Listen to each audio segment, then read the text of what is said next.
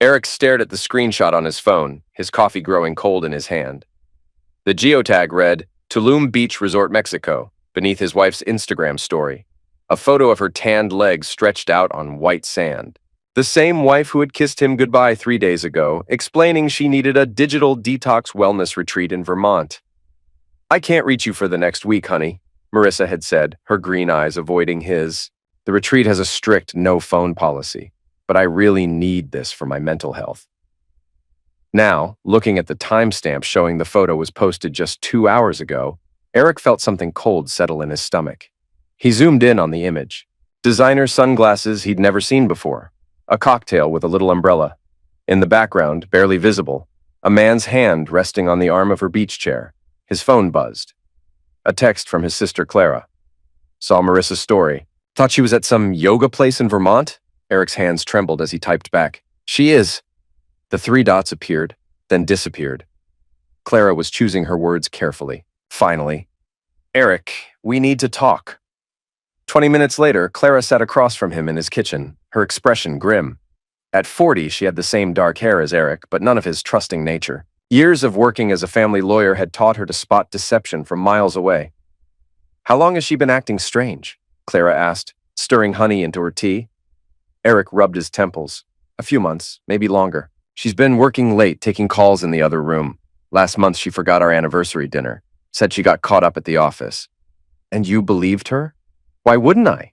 We've been married 10 years, Clara. She's my wife. Clara pulled out her phone and showed him something else. Look at this. It was another screenshot from Marissa's Instagram, this one from her stories archive. The same beach, the same chair, but from 3 months ago. The geotag read, Secrets Resort, Tulum. She's been there before, Eric whispered. Multiple times from what I can see. Always when she told you she was somewhere else. Clara leaned forward. Eric, I think you need to consider that Marissa might be having an affair. The words tasted bitter in his mouth. I know, I keep hoping there's another explanation. Clara reached across the table and squeezed his hand. What do you want to do? Eric stared out the window at the garden he and Marissa had planted together their first spring in the house. The roses were blooming now, but she hadn't noticed. She barely noticed anything about their life anymore. I want to know the truth, he said finally. That evening, Eric sat alone in his architectural firm's conference room, pretending to review blueprints while his mind raced. His business partner, Theo, knocked and entered without waiting for permission. You look like hell, Theo said, settling into the chair across from him. At 42, Theo had the kind of weathered face that came from years of construction site visits and honest conversations. Marissa's cheating on me. The words came out flat, emotionless. Theo was quiet for a long moment. You sure? Eric showed him the screenshots. Theo studied them carefully, his expression darkening. Crap, man. I'm sorry. Theo handed the phone back. What are you going to do? I don't know yet. Part of me wants to confront her when she gets back. Part of me wants to pretend I never saw this. And the other part? Eric met his friend's eyes. The other part wants to find out just how deep this goes. The next morning, Eric found himself in the office of Darren Mitchell, a private investigator Clara had recommended. The office was exactly what Eric had expected. Worn leather chairs, filing cabinets that had seen better days, and the lingering smell of coffee and cigarettes. Darren was in his 50s, with gray hair and the kind of calm demeanor that came from 30 years as a police detective. He listened without judgment as Eric explained the situation. How long do you want me to follow this? Darren asked, making notes in a worn notebook. Until I know everything, Eric replied. I need to understand what I'm dealing with before I make any decisions. Understood. One thing, though, are you prepared for what I might find? In my experience, the truth is usually worse than what people suspect. Eric thought about the man's hand in the Instagram photo, about the lies Marissa had told so easily, about the way she'd stopped looking him in the eye when she spoke. I'm prepared. 3 days later, Darren called. We need to meet, and you're going to want to sit down for this. They met at a diner on the outskirts of town. Darren slid a manila folder across the table.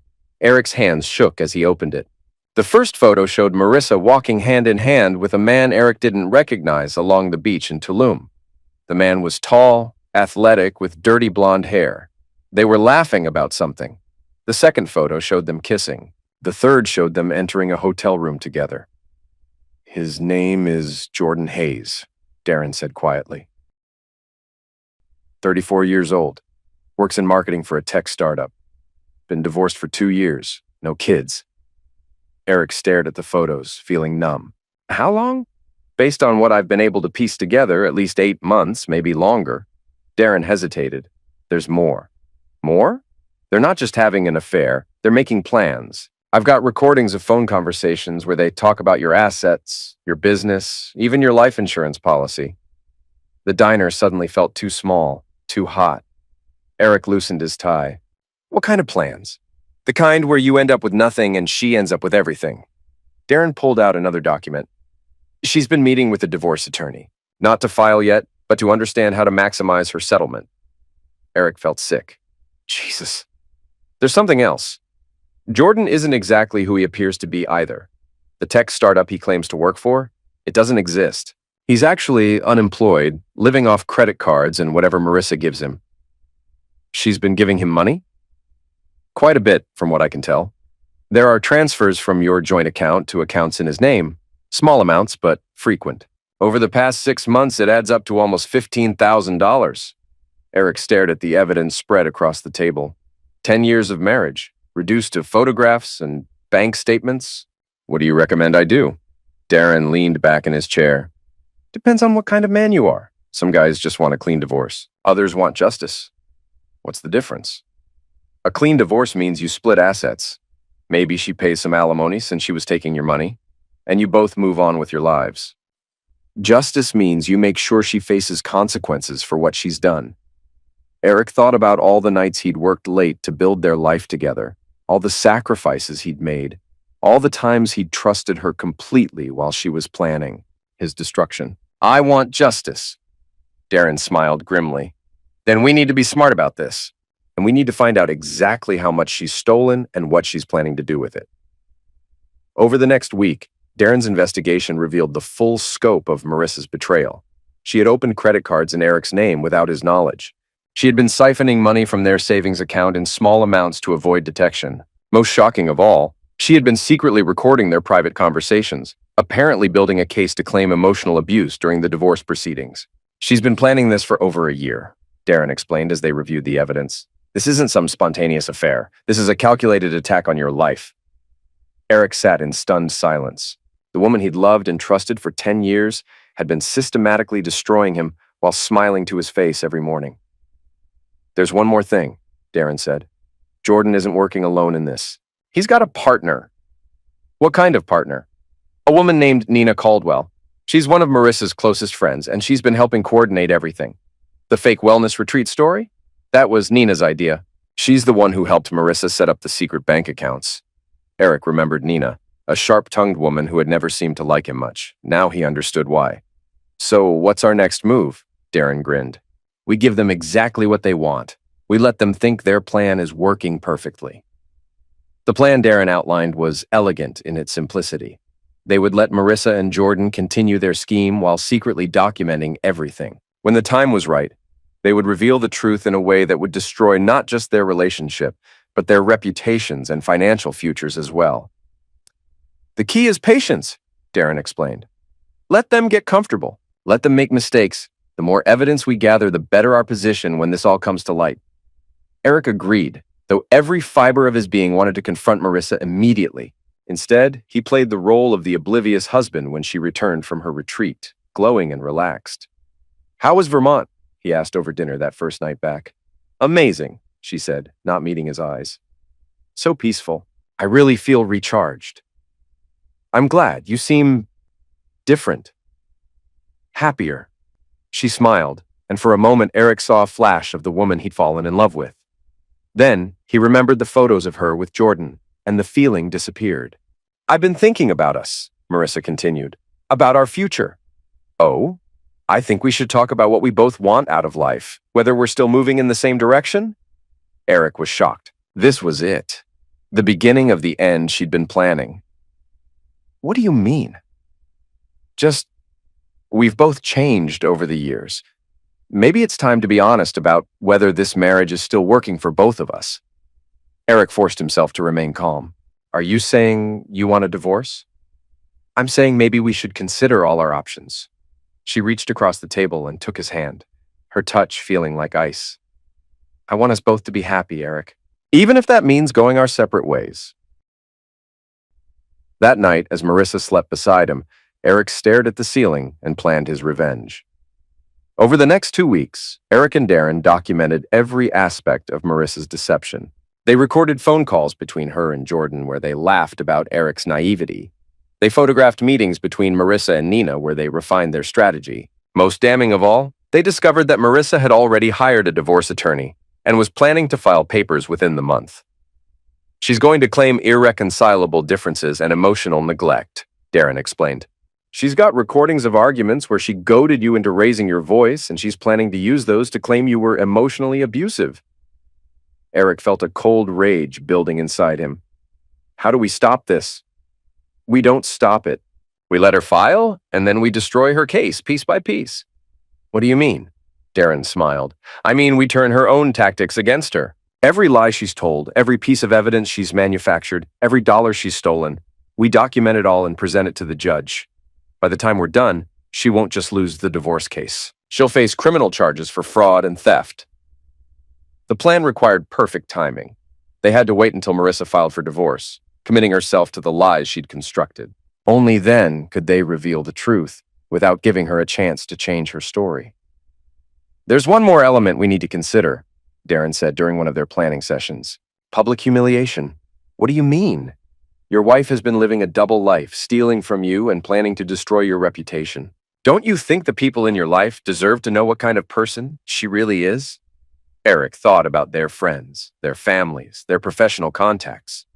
How many of them had Marissa already turned against him with her lies? What are you suggesting? I'm suggesting that when the truth comes out, it should come out in a way that makes it impossible for her to spin or minimize. Something public, something permanent. Eric nodded slowly. He was tired of being the victim in this story. It was time to become the author of its ending. The opportunity came sooner than expected. Marissa announced that she wanted to throw a dinner party for their friends, a celebration of new beginnings. Eric recognized it for what it was, a farewell performance before she filed for divorce. That's perfect, Darren said when Eric told him. We'll make sure it's a farewell she'll never forget. The dinner party was set for a Saturday night.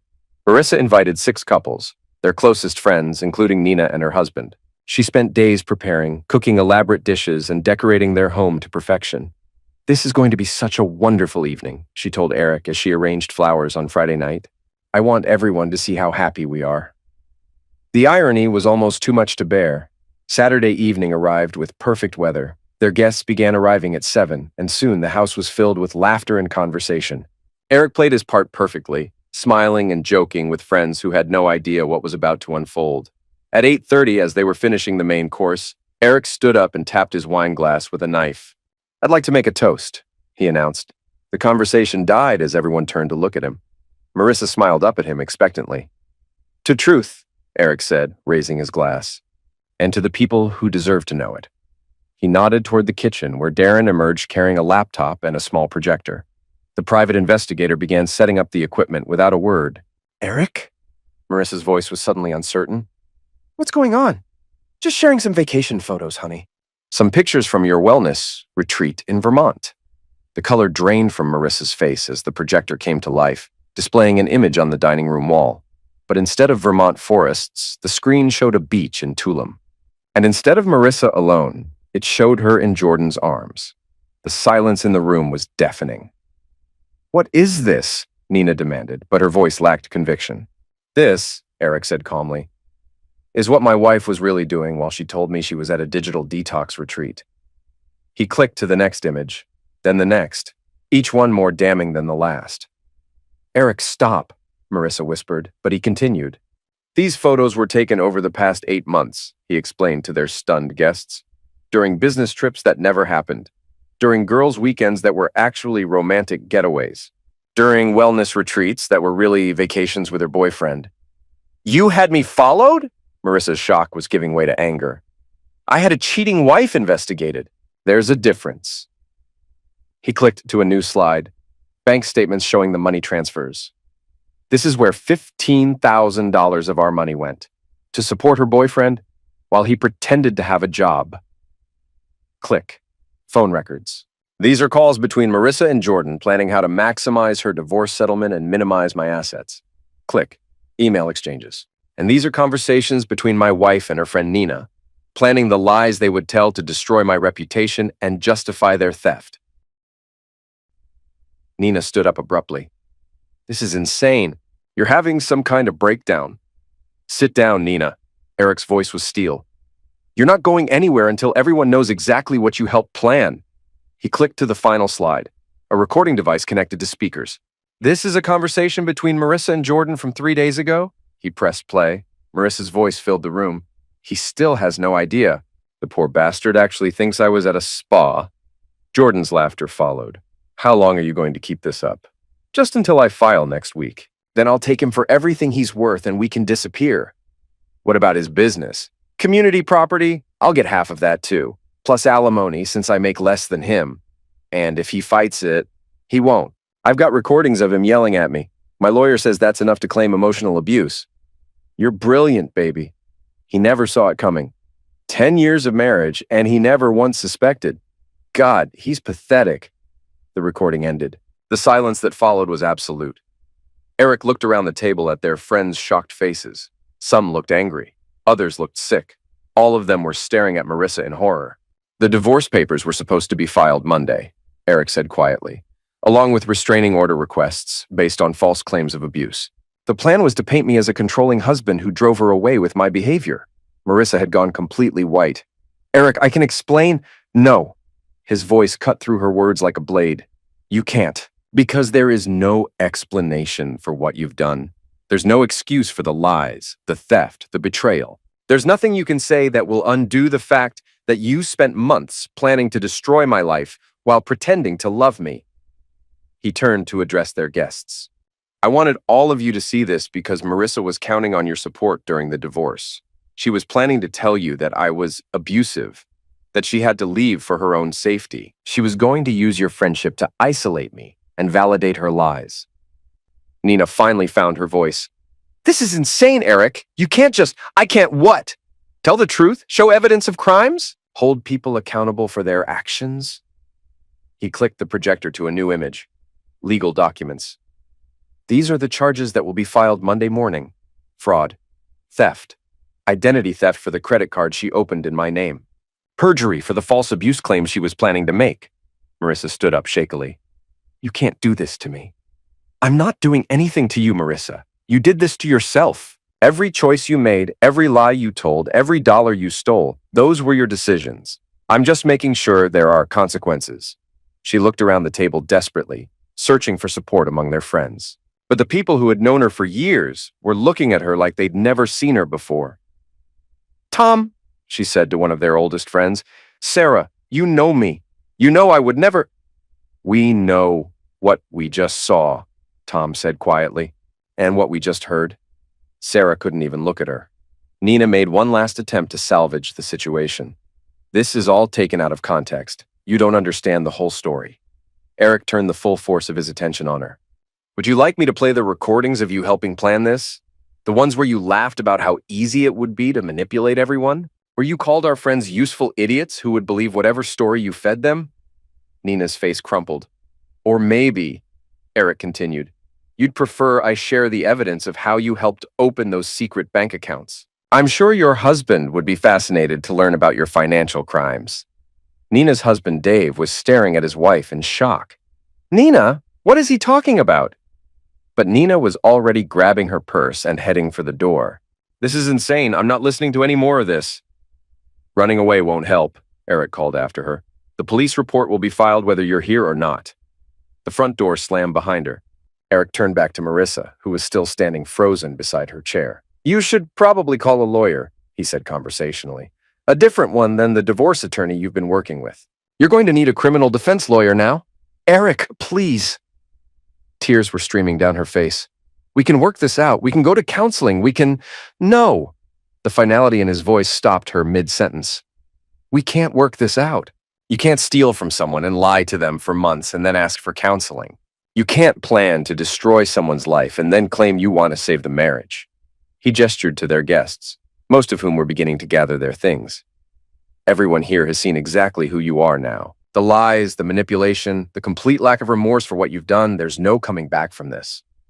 One by one, their friends filed out of the house. Some offered Eric awkward condolences. Others just left quickly, clearly uncomfortable with the whole situation.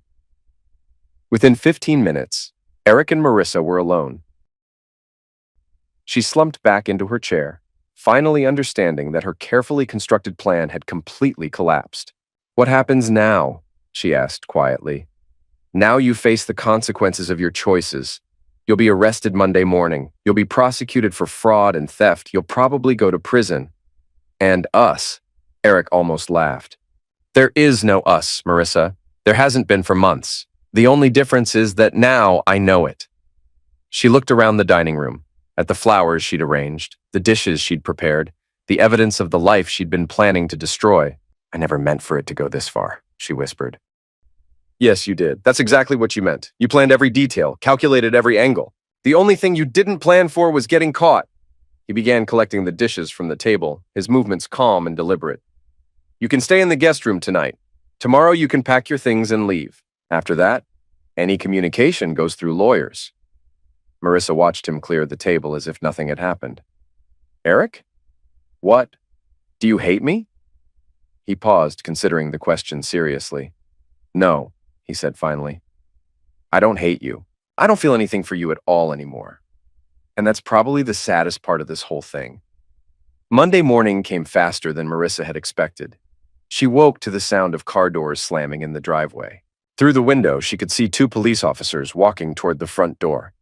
Eric answered before they could knock. "Eric Thompson? We have a warrant for the arrest of Marissa Thompson. She's in the guest room upstairs." "I'll get her."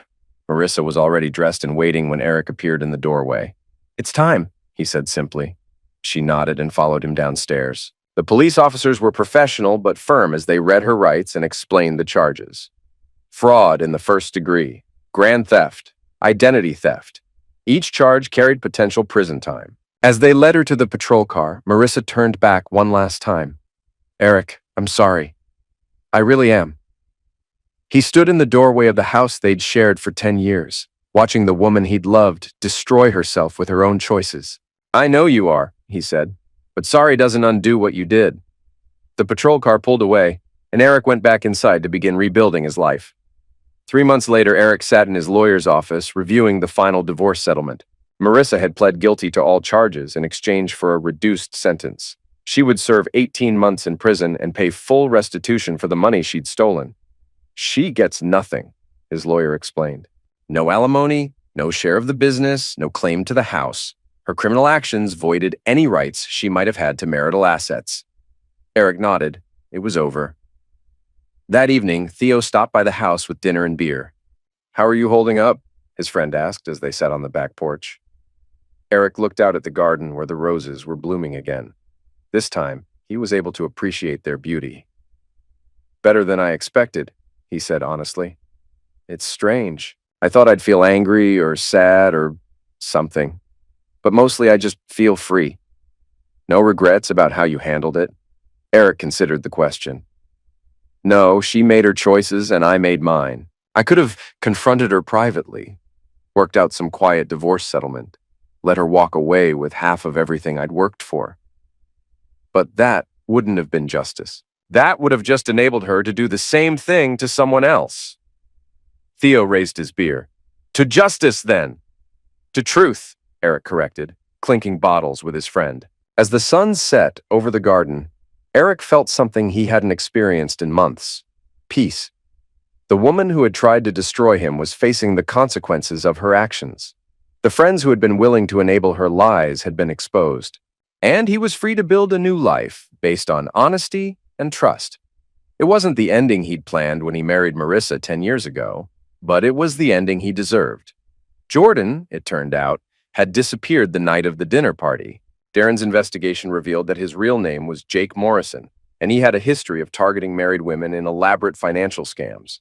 The FBI was now investigating him for fraud in 3 other states. Nina had been arrested 2 weeks after Marissa for her role in the scheme. Her marriage hadn't survived the scandal, and she was facing her own criminal charges. The ripple effects of that Saturday night dinner party continued to spread through their social circle. Other couples found themselves examining their own relationships more carefully. Several people reached out to Eric to apologize for not seeing the signs, for being so easily manipulated by Marissa's lies. "You couldn't have known," Eric told them. "She was very good at what she did. The only reason I found out was because I got suspicious about the wrong vacation destination." On a quiet Sunday morning, 6 months after the divorce was finalized, Eric was working in his garden when Clara stopped by with coffee and pastries. "You look good," she said, settling into one of the patio chairs. "Relaxed?" "I feel good. Better than I have in years, actually." "Any regrets?" Eric considered the question while he deadheaded the roses. "About the marriage?" "No." "About how I handled things?" "No. The only regret I have is that I didn't trust my instincts sooner." "What do you mean?" "There were signs, Clara. Small things that didn't seem important at the time. The way she started being secretive about her phone. How she stopped talking about our future together. The way she seemed to lose interest in everything we'd built." He stood up and brushed dirt from his hands. "I told myself I was being paranoid. I convinced myself that questioning her would make me a bad husband. I was so afraid of not trusting her that I ignored all the reasons I should have." Clara nodded thoughtfully. "What would you do differently?" "I'd trust myself. I'd ask the hard questions. I'd rather risk hurting someone's feelings than risk being completely destroyed by their lies." They sat in comfortable silence for a while, enjoying the morning sun and the smell of roses. "Any thoughts about dating again?" Clara asked eventually. Eric laughed. "Not yet.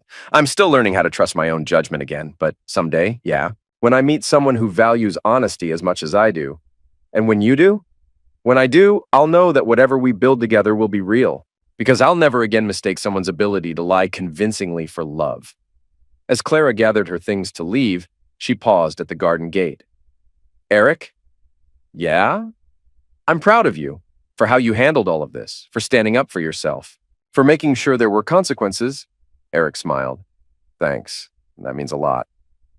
After she left, Eric went back to his gardening. The roses were thriving this year, better than they ever had when Marissa lived there. Maybe it was because he was finally paying attention to them, or maybe it was because the soil was no longer poisoned by lies. Either way, they were beautiful.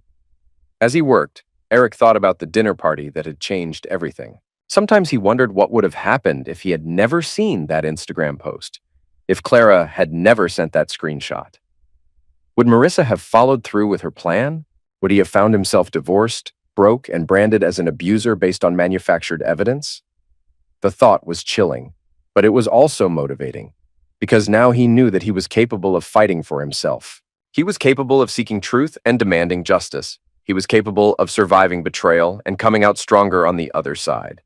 The sun climbed higher in the sky as Eric continued working in his garden. Somewhere across town, Marissa was serving her sentence, learning to live with the consequences of her choices. Jordan, or Jake, or whatever his real name was probably running some new scam on some other unsuspecting victim. But Eric was here in his garden, surrounded by beauty he had created and protected. He was free, he was whole, and he was ready for whatever came next. The roses bloomed around him, silent witnesses to his victory over those who had tried to destroy him. And in their beauty, Eric found the promise of new beginnings built on truth rather than lies.